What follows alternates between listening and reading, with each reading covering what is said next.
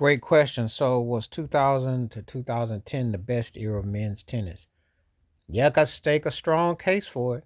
I think I talked about the big four all the time. Roger Federer was rechanging the way you remember things. He was just so dominant, it was scary.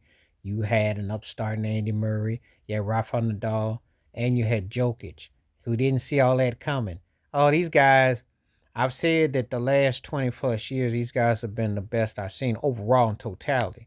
And three of these guys belong in the top three or four conversation ever. Jokic, Nadal, and Federer.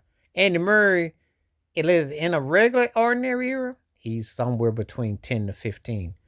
And that's pretty much kind of how it is because he just didn't, he body gave out and he didn't hold up. But his impact on Wimbledon and what he did was incredible. That was something to come. But he was an upstart at this time. But those four, you still had Pete Sampras who was setting a standard.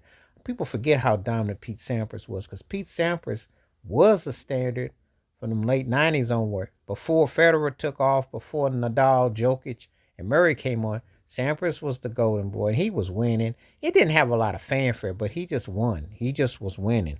And you still had Andre Agassi, who was a carryover from the 90s, who was, was popular, but he actually could play though.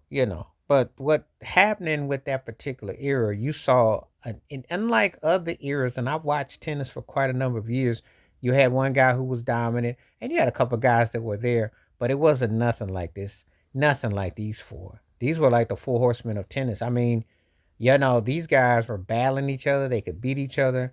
Except like Federer had that big run where he was unstoppable. Then Nadal caught up and he just was unstoppable. Jokic caught up, he was unstoppable. Murray had a brief moment in there, before injuries and stuff like that. But those guys, when I mentioned Federer, Nadal, and Jokic, we're talking 20 plus majors each.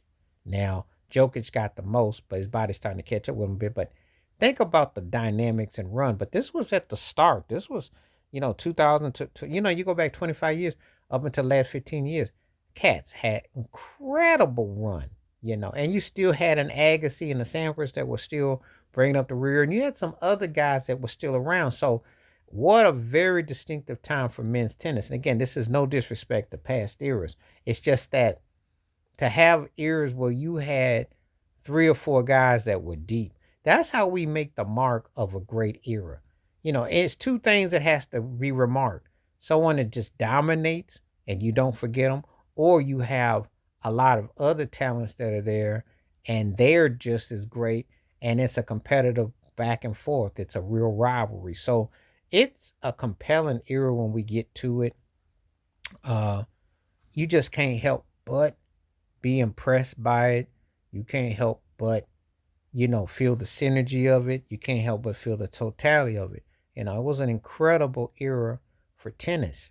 And it's incredible era when you think about all the people that partook in it, where they went in it, how it was, just incredible. So I just sit there and I just marvel at it because it just seemed like yesterday. And I used to watch the battles were incredible. I mean, some of the best tennis I have ever seen. So, yeah, men's tennis from 2000 to 2010, very dominant.